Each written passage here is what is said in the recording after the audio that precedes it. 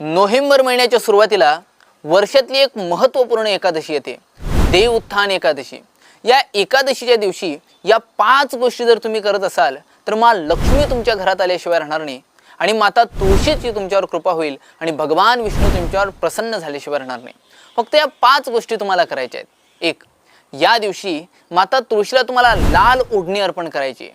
2, या दिवशी तुम्हाला एक पिवळा धागा घ्यायचा आहे, त्याला 11 गाठ मारायच्या आहेत आणि तो पिवळा धागा तुम्हाला माता तुळशीला बांधायचा आहे।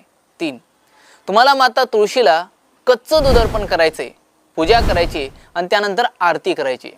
4, या दिवशी तुम्हाला माता तुळशीला जो आपल्या हातात बांधण्याचा जो धागा असतो, कलावा असतो, तो कलावा माँ तुळशीला तुम्हाला अर्पण करायचा आहे। आणि 5, या दिवशी तुम्हाला माता तुळशीचे 5 पत्र घ्यायचे आहेत आणि ते विष्णूजींना अर्पण करायचे। या 5 गोष्टी तुम्हाला करायच्या आहेत।